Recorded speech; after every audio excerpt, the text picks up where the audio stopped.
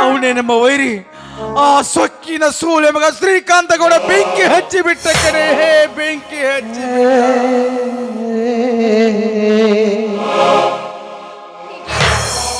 ಯಾರಿಗೆ ಹೇಳನ್ರಿ ಈ ವಿಷಯ? ಮೈದ್ನ ಗೊತ್ತಾದ್ರಿ ಎಷ್ಟು ನೋವು ಮಾಡ್ಕೋತಾನೆ ಗೊತ್ತೇನ್ರಿ?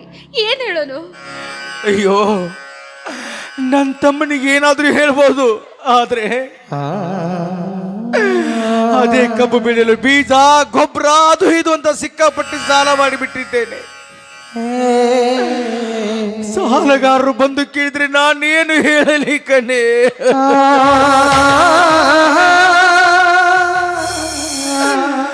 ಸಾಲದ ಬಡ್ಡಿ ದಿನೇ ದಿನೇ ಹೆಚ್ಚುತ್ತಾ ಇದೆ. ಅಂಥದ್ರಲ್ಲಿ ಸಾಲಗಾರರಿಗೆ ಏನು ಹೇಳಲಿ, ನನ್ನ ತಮ್ಮನಿಗೆ ಏನು ಹೇಳಲಿ?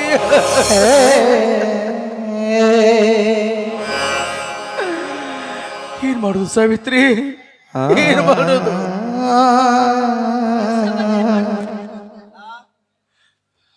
ತಮ್ಮ ಬಂದಂತೆ.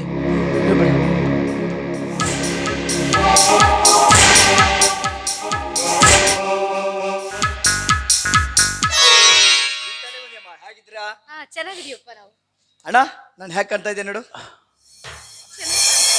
MBBS ಮುಗಿಸಿ ಡಾಕ್ಟರ್ನಾಗಿ ಬಂದಿದ್ದೀನಿ. ನೀನ್ ಡಾಕ್ಟರ್ ಆಗಿಬಿಟ್ಯಾ? ಎಸ್. ತುಂಬಾ ಸಂತೋಷಪ್ಪ, ತುಂಬಾ ಸಂತೋಷ ಆಯ್ತು. ನಾನು ಡಾಕ್ಟರ್ ಆಗಿ ಬಂದಿದ್ದೆ ಸಂತೋಷ ತಾನೆ? ಸೇಮ್ ಸೇಮ್ ಶಿವರಾಜ್ ಕುಮಾರ್ ಕಂಡಂಗೆ ಕಾಣುತ್ತೇಳೋ. ಎಷ್ಟು ಹೊಗಳಿದ್ಯಾ? ನಿಮ್ಮಿಬ್ಬರ ಸಂತೋಷ ಕಂಡು ನನ್ನ ಮನಸ್ಸು ಎಷ್ಟೊಂದು ಸಂತೋಷವಾಗಿ ನಗುತ್ತಾ ಇದೆ ಗೊತ್ತಾ?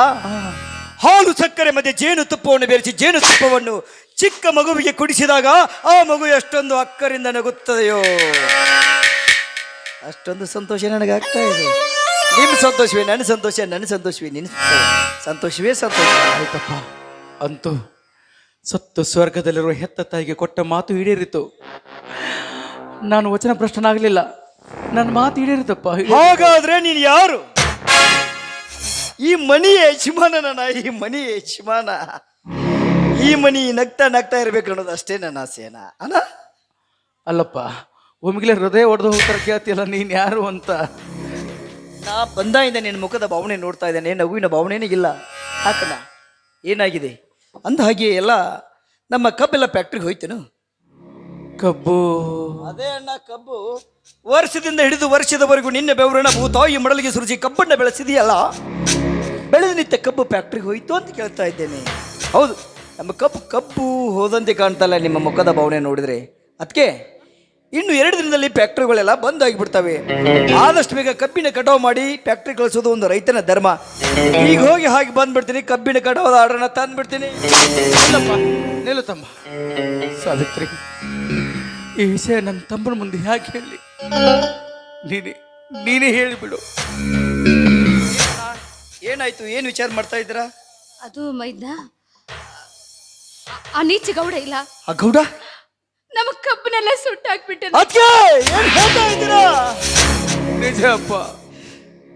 ಏ ಗೌಡ, ನಾವು ನಿಲ್ಲದ ಸಮಯ ಅನ್ಕೊಂಡು ನಮ್ಮ ಹೊಲಕ್ಕೆ ನುಗ್ಗಿ ನಮ್ಮ ಕಬ್ಬಿನ ಪಡಕ್ಕೆ ಬೆಂಕಿ ಹಚ್ಚಿದೆಯಾ? ಆಕಾಶದಲ್ಲಿರೋ ಮಗನೇ, ಆಕಾಶದಲ್ಲಿರೋ ಗೌಡನಾಗಿ ಹಾರಿ ಬರ್ತೀನಿ, ಪಾತಾಳದಲ್ಲಿರೋ ಆದಿಶೇಷನಾಗಿ ಬರ್ತೀನಿ.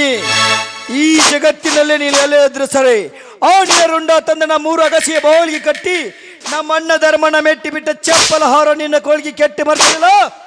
ಧರ್ಮಾಪುರದ ಧರ್ಮರಾಜನ ತಮ್ಮ ಕರ್ಮರಾಜನೇ. ನಿಲ್ಲು ನಿಲ್ಲು, ಆದದ್ದಾಗ ಹೋಯ್ತು. ಅವೇ ನಮ್ಮ ಹಣಿಬಾರ ಕಳ್ಸ್ಕೊಂದಿಲ್ಲ, ಬೆಳೆ ಮಾತ್ರ ಸುಟ್ಟಾನ. ಅವ ತುಟ್ಟಿದ್ದವ, ಅವನ ಕೈಗೆಲ್ಲ ಅಧಿಕಾರ ನಡೀತೈತಪ್ಪ. ಕಬ್ಬು ಹೋದ್ರೆ ಸಹಿಸ್ಕೋಬಹುದು, ಆದರೆ ನನ್ನ ಜೀವಕ್ಕೆ ಜೀವವಾಗಿರುವ ನಿನಗೇನಾದ್ರೂ ತೊಂದರೆ ಆದ್ರೆ ನನಗೆ ಸಹಿಸ್ಕೊಳ್ಳೋ ಶಕ್ತಿ ಇಲ್ಲಪ್ಪ, ಸಹಿಸಿಕೊಳ್ಳುವ ಶಕ್ತಿ ಇಲ್ಲ. ನಿಲ್ಸಣ್ಣ ನಿನ್ನ ಮಾತನ್ನ. ಊರಲ್ಲಿ ಒಂದು ಕೆಟ್ಟ ಹುಳದೆ ಅಂತ ಹುಳಕ್ಕೆ ಅಂಜುತ್ತಾ ಹೋದ್ರೆ ಏನಾಗುತ್ತೆ ಗೊತ್ತಾ? ನಿನ್ನೆ ನೋಡಿದ್ರೆ ನಮ್ಮ ಕಬ್ಬಿನ ಪಡಕ್ಕೆ ಬೆಂಕಿ, ಇವತ್ತು ಈ ಮನೆಗೆ ಬೆಂಕಿ, ನಾಳೆ ನಿಮ್ಮಿಬ್ಬರ ಆತ್ಮಕ್ಕೆ ಬೆಂಕಿ ಹಚ್ತಾನ ಅಣ್ಣ. 2ರಲ್ಲಿ ಒಂದೇ ತೀರ್ಮಾನ ಆಗ್ಬೇಕು. ಇಲ್ಲ, ಆ ಗೌಡ ಇರ್ಬೇಕು, ನಾನು ಇರ್ಬೇಕು. ತಮ್ಮ ಒಂದು ಮಾತು ಕೇಳು, ನನ್ನೊಂದು ಮಾತು ಕೇಳು. ಎಷ್ಟಾದ್ರೂ ನೀವು ಓದ್ಕೊಂಡವನು, ತಿಳಿದವನು, ಕೋರ್ಟು ಕಚೇರಿ ಎಲ್ಲ ವ್ಯವಹಾರ ನಿನಗೆ ಗೊತ್ತಾಗತ್ತೆ. ಅದನ್ನು ಬಿಟ್ಟು ಈ ಶಕ್ತಿ ಪ್ರದರ್ಶನ ಮಾಡೋದಕ್ಕಿಂತ ಇದ್ರ ಬಗ್ಗೆ ಏನಾದ್ರು ಒಂದು ಪರಿಹಾರ ಉಪಾಯ ಇದ್ರ ಆ ಥರ ಹೋಗಪ್ಪ. ಆಯ್ತು ಬಿಡಣ್ಣ, ಶಕ್ತಿಗಿಂತ ಯುಕ್ತಿ ಮೇಲೆ ಎನ್ನುವ ಹಾಗೆ ಶಕ್ತಿಯಿಂದ ಮಾಡಿದನ ಯುಕ್ತಿಯಿಂದ ಮಾಡು ಅಂತ ಹೇಳ್ತಾ ಇದೆಯಲ್ಲ. ಹಾ ಅದನ್ನೇ ಹೇಳ್ಬೇಕಂತ ಮಾಡಿದಪ್ಪ. ಏನ್ ಮಾಡೋಣ ಅಣ್ಣ, ಹೇಗೋ ನಮ್ಮ ಕಬ್ಬು ಸುಟ್ಟು ಹೋಗಿದೆ, ಹೌದಲ್ವಾ? ಹೌದಪ್ಪ. ಒಂದು ನಿಮಿಷ. ನೋಡು, ನಾನು ಹೇಳಿಲ್ವಾ ನನ್ನ ತಮ್ಮ ಶಾಲಿ ಕಲ್ತವ, ಭಾಳ ಶಾಣೆ ಅವ. ನಮ್ಮ ಬಾಳಿಗೆ ಆಚಾರ ಹಾಕೋದು ಹೇಳಿಲ್ಲ, ಶಾಣೆ ನನ್ನ ತಮ್ಮ. ಅಣ್ಣ, ಕಬ್ಬು ಮಾತ್ರ ಸುಟ್ಟು ಹೋಗಿದೆ. ಹೌದಪ್ಪ. ಗೌರ್ಮೆಂಟ್ಗೆ ಒಂದು ಅರ್ಜಿ ಬರ್ತೀನಿ. ಏನಂತ ಬರ್ತೀಯಪ್ಪ? ನಮ್ಮ ಕಬ್ಬು ಸುಟ್ಟು ಹೋಗಿದೆ, ಅದಕ್ಕೆ ಪರಿಹಾರಧನ ಕೊಡಿ ಅಂತ. ಅಂದ್ರೆ ಅರ್ಜಿ ಬರ್ತಾರೆ ಪರಿಹಾರ ಕೊಡ್ತಾರ? ನಮ್ಮ ಕರುಣೆಯ ಕೂಗನ್ನು ಕೇಳಿ ಹಾ, ಪರಿಹಾರ ಕೊಡ್ತಾರಣ್ಣ. ಎಷ್ಟು ಕೊಡ್ಬೋದು? 1 ಲಕ್ಷ, 2 ಲಕ್ಷ, 3 ಲಕ್ಷ ಅಲ್ವೇ ಅಲ್ಲ ಅಣ್ಣ, 10 ಲಕ್ಷ ಕೊಡ್ತಾರೆ. ಒಬ್ಬ 10 ಲಕ್ಷ ಪರಿಹಾರ ಏನಾದ್ರು ಬತ್ತಂದ್ರೆ ನಮ್ಮ ಸಾಲೆಲ್ಲ ತೀರ್ತೈತಿ ನೋಡಪ್ಪ. ಆದ್ರೆ ಅಣ್ಣ, 10 ಲಕ್ಷ ಹಣ ಬರಬೇಕಾದ್ರೆ ನೀನು ಪಟ್ಟ ಪಟ್ಟ ಪಟ್ಟ 3 ಸಹಿ ಮಾಡಿಬಿಟ್ರೆ ದುಡ್ಡು ಎಣಿಸೋದು ಒಂದೇ ಬಾಕಿ ನೋಡಿ. ಅದೆಲ್ಲ ಕರೆಯಪ್ಪ, ನನಗೆ ಸಹಿ ಮಾಡಕ್ ಬರೋದಿಲ್ಲಲ್ಲೋ. ಹೆಬ್ಬಟ್ಟ ಹ್ಞೂನಪ್ಪ, ಮಾಡಿಬಿಡೋಣ, ಅದಕ್ಕೆ ಯಾಕೆ ಚಿಂತೆ ಮಾಡ್ತೀಯ? ನಡಿತೈತಲ್ಲ? ಅದ್ರ ತೆಳಗೆ ನಾನು ಸಹಿ ಮಾಡ್ತೀನಿ, ನೀನ್ ಹೆಬ್ಬಟ್ಟು ಊರಿ ಬಿಡು. ಅದಕ್ಕೆ ಯಾಕೋ ನಮಸ್ಕಾರ ಮಾಡ್ತಾ ಅಂತ ವಿಚಾರ ಮಾಡ್ತಾ ಇದ್ದೀನಣ್ಣ. ನಾನು ಇದರಲ್ಲಿದೆಯಣ್ಣ ನಮ್ಮೆಲ್ಲರ ಹಣೆ ಬರದ ಹೊತ್ತು. ಅಂದ್ರೆ 10 ಲಕ್ಷದ ಹಣದ ಬಾಂಡ್ ಪೇಪರ್ ಇರುವಾಗ ನಮಸ್ಕಾರ ಮಾಡುವುದು ಅಷ್ಟೇ ಅಲ್ಲ, ನಾನು ನಮಸ್ಕಾರ ಮಾಡ್ತೀನಿ. ಮಾಡ್ಲಿಕ್ಕೆ ನಾನು ಇದ್ದೀನಿ ಬಿಡಪ್ಪ. ಆಯ್ತಾ, ನೀನ್ ಯಾರು? ನಿಮ್ಮಣ್ಣ. ಯಾರು ಹೇಳ್ತಾರೆ? ಯಾಕಪ್ಪ? 10 ಲಕ್ಷದ ಹಣದ ಯಜಮಾನ್ರು ನಾವು. ಆ ಹಣನ ಏನ್ ಮಾಡೋಣ, ಯಾರು ಸಾಲ ಕೊಡೋಣ ಅಂತ ಸ್ವಲ್ಪ ಹತ್ತಿದ ಚರ್ಚೆ ಮಾಡೋಣ. ಆಯ್ತು. ಅಲ್ಲ, 10 ಲಕ್ಷ ರೂಪಾಯಿ ಪರಿಹಾರ ಬಂದು ಕೂಡ ನಾವು ಯಾರ್ಯಾರ ಸಾಲ ಬಂದಿವಲ್ಲ ಎಲ್ಲ ಕೊಟ್ಟು ಬಿಡೋಣ. ಹಾ, ನಿಮ್ಮ ತವ್ರ ಮನೆಯವ್ರು ಕೊಟ್ಟಿದ್ದು 2 ಎಕರೆ ಭೂಮಿ ಅಡ ಇಟ್ಟಿವಲ್ಲ, ಮೊದಲು ಅದನ್ನು ತೀರ್ಸೋನು. ಹಾ, ಸಾಕು. ನಿನ್ನ ಕೊಟ್ಟ ಮಾತು ಪಾಲಿಸಿನಿ ಅಂದ್ರೆ ನನ್ನ ಮನಸ್ಸು ಹಗರಾಗ್ತೈತಿ. ಯಾಕಂದ್ರೆ ಅವ್ನು ಡಾಕ್ಟರ್ ಆಗ್ಯಾನಂತೇಳಿ ಆ ಮಾತು ಪಾಲಿಸೀನಿ. 10 ಲಕ್ಷ ರೂಪಾಯಿ ರೊಕ್ಕ ಬಂತು ಅಂದ್ರೆ ನಿನ್ನ ಮಾತು ಪಾಲಿಸಿದಂಗತೈತಿ. ಒಟ್ಟಿನಾಗ ನನ್ನ ಮನಸ್ಸು ಸಮಾಧಾನ ಆದ.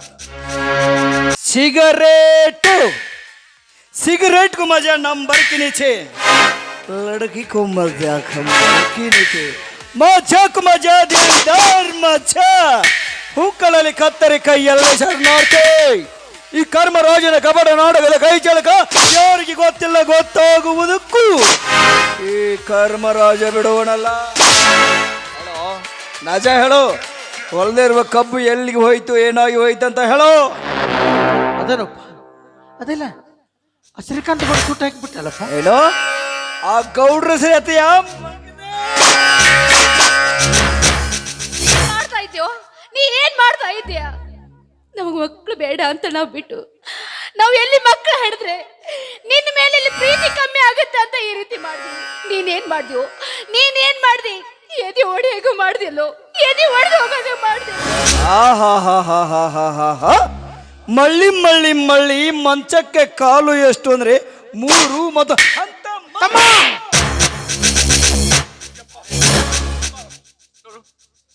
ನಿನಗೆ ಯಾರೋ ತಲೆ ಕೆಡ್ಸ್ಯಾರಪ್ಪ. ಅಲ್ಲ, ನಾವ್ ಯಾಕೆ ನಿನಗೆ ಮೋಸ ಮಾಡ್ತೀವೋ? ನಿನಗೆ ಸಿಟ್ಟಿದ್ರೆ ನನ್ನ ಬಡಿ. ಆಕೆ ನಿನ್ನ ತಾಯಿ ಸ್ಥಾನದಾಗ ನಿನ್ನ ಜೋಪಾನ ಮಾಡ್ಯಾಳಪ್ಪ. ಆಕಿನ ಬಡಿ ಬೇಡ, ಆಕಿನ ಬಡಿ ಬೇಡ.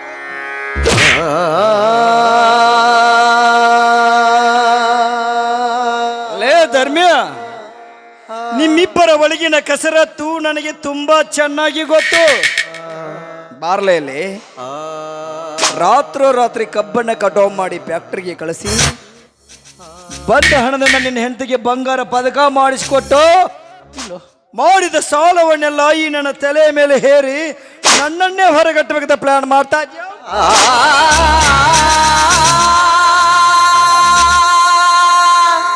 ಏನು ಮುಂದೆ ನಿನ್ನ ಮುದ್ದಾದ ಹೆಂಡತಿಯನ್ನು ಕಟ್ಕೊಂಡು ಈ ಹೊಲ ಮನೆಯಿಂದ ಹೊರಬೀಳುವ ಆಚೆ? ನಾವೇನ್ ನಿನಗೆ ಅನ್ಯಾಯ ಮಾಡಿವಂತ ನಮಗೆ ಈ ಶಿಕ್ಷೆ ಕೊಡ್ಸಕತ್ತೀಯೋ?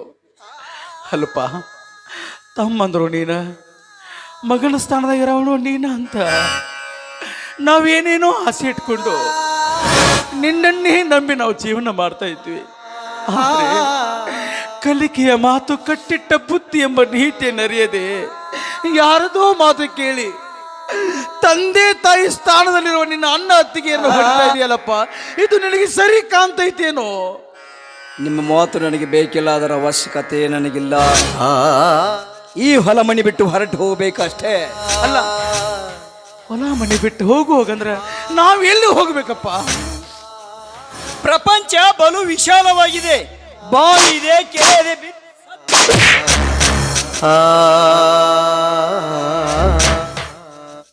ಎಲ್ಲಿ ಹೋಗ್ಬೇಕಾ? ಇಲ್ಲೇನಿದೆ? ಏನಂತ ಈಗ ತಾನೇ ಸೈ ಮಾಡಿದಿ ಗೊತ್ತಾ? ಪರಿಹಾರ ಬರ್ತೈತಿ ಅಂತ ಸೈ ಮಾಡಿ. ಯಾರು ಹೇಳ್ತಾರೆ? ನೀನು ಹೇಳಿದಲ್ಲಪ್ಪ. ನಾನ್ ಹೇಳಿದ್ರೆ ನೀನ್ ನಂಬಿಡ್ಬೇಕಾ? ಹೌದು. ಈಗ ತಾನೇ ಮಾಡಿದ್ದೇನು ಗೊತ್ತಾ? ಇದ್ದ ಹೊಲವನ್ನು ಕರ್ಮರಾಜನ ಹೆಸರಿಗೆ ಕರೀದಿ ಸೈ 1, ಸೈ 2, ಇದ್ದ ಮಣಿಯನ್ನು ಸಹ ಕರ್ಮರಾಜನ ಹೆಸರಿಗೆ ಕರೀದಿ ಇನ್ನು ಸೈ 3. ನಾನು ನಿನ್ನ ಅಣ್ಣನಲ್ಲ, ನೀನು ನನ್ನ ತಮ್ಮನಲ್ಲ, ನನಗೂ ನಿನಗೆ ಯಾವ ರಕ್ತ ಸಂಬಂಧ ಇಲ್ಲ ಅಂತ ಎಲ್ಲ ಅಂತ ಬಾಯ್ ಬಿಟ್ರೆ ಆ ನಿನ್ನ ಮುದ್ದಾದ ಹೆಂಡತಿ ಸಾಕ್ಷಿಯಾಗಿ 2 ಸೈ ಮಾಡಿದ್ದಾಳೆ. ಹೆಪ್ಪಟ್ಟಿನ ಸೈ ಬೋಳಿಗೆ ಕೈಯದ ನಿಮ್ಮಂತ ಕತ್ತೆಗಳಿಗೆ ಏನ್ ಗೊತ್ತು? ಬಲ್ಲವರು ಒಂದು ಮಾತು ಹೇಳಿದ್ದಾರೆ, ವಿದ್ಯೆ ಇಲ್ಲದವನ ಬಾಳು ಹಾಳೂರು ಹದ್ದಿನಕ್ಕಿಂತ ಕೀಳು. ಸತ್ಯ ಸತ್ಯ ಸತ್ಯ, ನಿಜವಪ್ಪ. ಕಲಿಯುಗ ಪ್ರತಿಯೊಂದು ಮಗುವಿಗೆ ಶಿಕ್ಷಣ. ತಮ್ಮ, ನಿನ್ನ ದೃಷ್ಟಿಯಲ್ಲಿ ನಾವು ಕತ್ತೆಗಳೇ ಸರಿಯಪ್ಪ. ನೀನು ಬೆಳೆದ ದೊಡ್ಡವನಾಗಬೇಕಾದ್ರೆ ಈ ಕತ್ತೆಗಳೇ ಕಾರಣಪ್ಪ. ನೀನಿವತ್ತು ಪಟ್ಟಣದಾಗ ಶಾಲೆ ಕಲಿತು ಡಾಕ್ಟರ್ ಆಗಿ ಬರಬೇಕಾದ್ರೆ ಈ ಕತ್ತೆಗಳೇ ಕಾರಣ.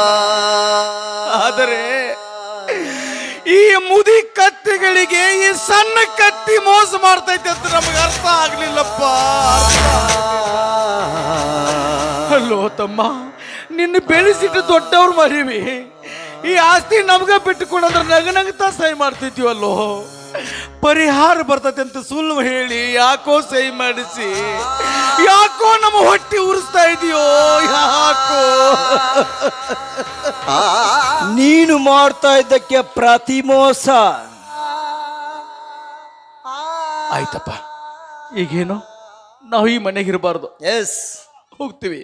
ಆದ್ರೆ ಆದ್ರೆ ಇಷ್ಟು ವರ್ಷ ಇಲ್ಲೇ ಜೀವನ ಮಾಡಿ ಬೆಳೆದು ದೊಡ್ಡವರಾದ ನಾವು ಈ ಮನೆ ಬಿಟ್ಟು ಹೋಗ್ಬೇಕಾದ್ರೆ ಒಂದೇ ಒಂದು ತೊತ್ತು ನಿನ್ನ ಕೈಯಾರೆ ಅನ್ನ ಹಾಕಿ ಬಿಡಪ್ಪ, ತಿಂದು ಎತ್ತೋ ಹೋಗಿ ಬಿಡ್ತೀವಿ.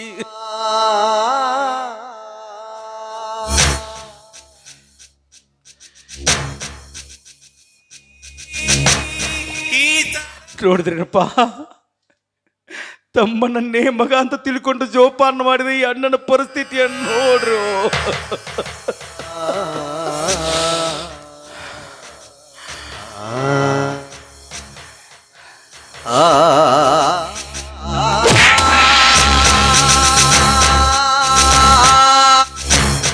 ನನ್ನ ಮನೆ ನಾಯಿಯನ್ನು ಹಾಕಿದ್ರೆ ನಾಯಿ ನನ್ನ ಮನಿ ಬಾಗಿಲ ಕಾಯ್ತೈತೆ. ಹೆಣ್ಣು ಆ ಮುಸುರಿ ತೀರಿತು, ಈ ಮನೆ ಋಣ ತೀರಿತಪ್ಪ. ನಡಿತೀವಿ ಸಾವಿತ್ರಿ, ನಡೆ ಹೋಗೋಣ.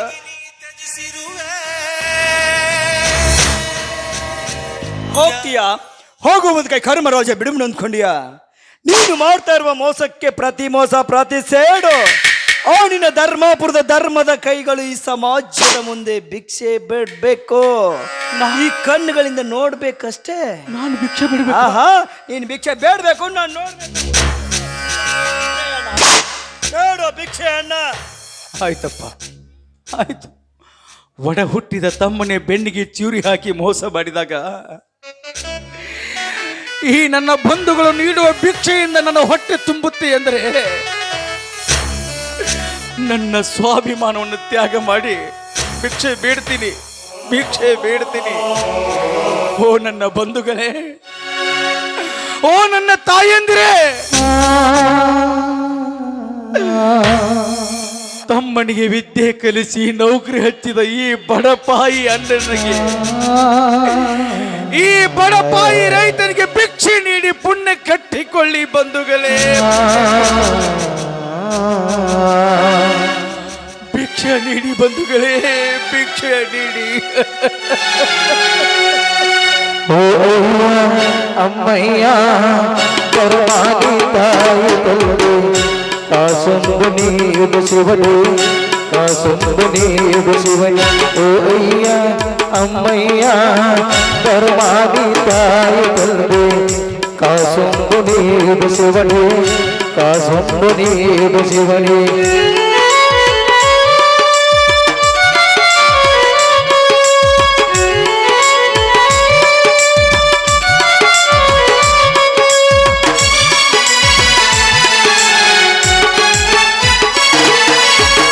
ನಾ ಕಳ್ಳನಾಗಲಾರೆ ಸುಳ್ಳೊಂದು ಹೇಳಲಾರೆ ನಾ ಕಳ್ಳನಾಗಲಾರೆ ಸುಳ್ಳೊಂದು ಹೇಳಲಾರೆ ಕೈ ಮಾಡಿ ಬೇಡಿದರೆ ಕಾಸಿಲ್ಲವೆಲ್ಲುವರೆ ಕೈ ಮಾಡಿ ಬೇಡಿದರೆ ಕಾಸಿಲ್ಲ ಎನ್ನುವರೆ ಕೊಡುವಂತ ದಾತರೆ ನಮಗೆಂದು ಆಸರೆ ಕೊಡುವಂತ ದಾತರೆ ನಮಗೆಂದು ಆಸರೆ ನೀವೇ ದೂರಾದರಿ ಗತಿ ಇಲ್ಲ ದೇವರು ಓ ಅಯ್ಯ ಅಮ್ಮಯ್ಯ ಧರ್ಮಾನಿ ತಾಯಿ ತಂದೆ ಕಾಸೊಂದು ನೀಡು ಶಿವನೇ ಕಾಸೊಂದು ನೀಡು ಶಿವನೇ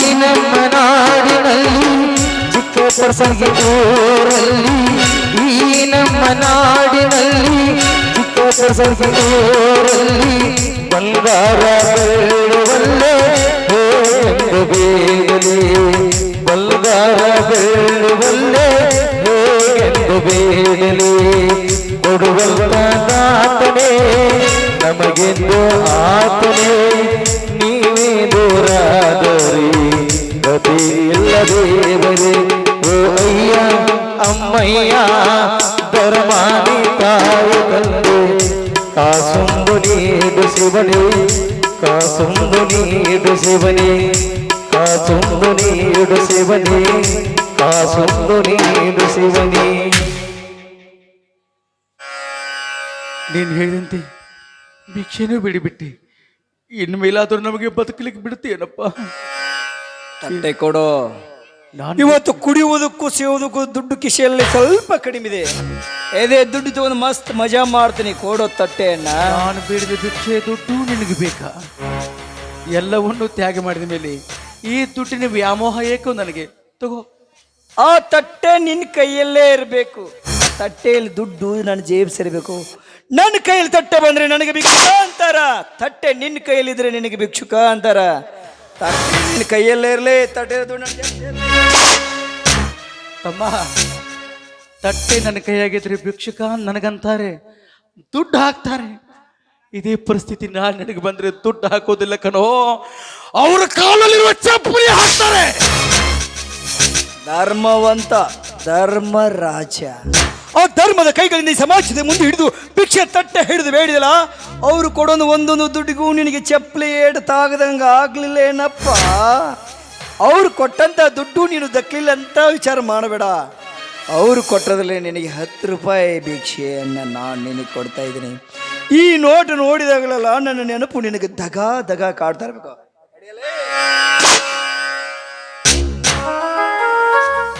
ಆಯ್ತಪ್ಪ, ಆಯ್ತು. ಸಾಯುವ ವ್ಯಕ್ತಿಗೆ ಸಮುದ್ರ ಸಮುದ್ರ ಮೊಣಕಾಲು ಅಂತ ಎಲ್ಲವನ್ನೂ ತ್ಯಾಗ ಮಾಡಿ ಹೋಗ್ತಿರು. ನನಗೆ ಈ 10 ರೂಪಾಯಿ ತಗೋದೇನು ದೊಡ್ಡ ಮಾತಲ್ಲ. ಇದು ನನಗೆ ಬೇಡ, ಆದರೂ ತಗೋತೀನಿ. ಯಾಕೆ ಗೊತ್ತಾ? ಹುಟ್ಟಿ ಬೆಳೆದ ಮನೆ ಹೋಯ್ತು, ಬೆವರು ಸುರಿಸಿ ದುಡಿದ ಹೊಲ ಹೋಯ್ತು, ತಮ್ಮ ಎನ್ನುವ ಪ್ರೀತಿ ವಾತ್ಸಲ್ಯ ಹೋಯಿತು. ಆದರೆ ಮನೆ ಬಿಟ್ಟು ಹೊರಗೆ ಹೋಗುತ್ತಿರುವ ನನಗೆ ನಿನ್ನ ಕೈಯಾರೆ ತೆಗೆದುಕೊಂಡ 10 ರೂಪಾಯಿ ಬೇಕು. ಬಳಸ್ಕೋ ಸಲುವಾಗಲ್ಲ. ವಾ, ಸತ್ತು ಸ್ವರ್ಗದಲ್ಲಿರುವ ತಾಯಿ, ನಿನ್ನ ಮಗ, ನಿನ್ನ ಕಿರಿ ಮಗ ನನಗೆ 10 ರೂಪಾಯಿ ಭಿಕ್ಷೆ ನೀಡಿದ್ದಾನೆ. ನಿನ್ನ ನೆನಪು, ನನ್ನ ತಮ್ಮನ ನೆನಪು ಯಾವಾಗ ಆಗುತ್ತೋ ಅವಾಗ 10 ರೂಪಾಯಿ ನೋಡ್ಕೊಂಡು ಸಮಾಧಾನ ಆಗ್ತೀನಿ. ಇದನ್ನ ನನ್ನ ತಮ್ಮ ಕೊಟ್ಟಾನಂತ ಜೋಪಾನ ಮಾಡ್ಕೊತೀನಿ. ಸಾವಿತ್ರಿ, ಹಂಗಿನವರ ಅರಮನೆಗಿಂತ ವಿಂಗಡದ ಗುಡಿಲೇಸು ಎನ್ನುವ ಹಾಗೆ ಈ ಜನರನ್ನೇ ನಂಬಿಕೊಂಡು ಈ ಮನೆ ಬಿಟ್ಟು ಹೋಗೋಣ. ನಡೆ ನಡೆ ಹೋಗೋಣ.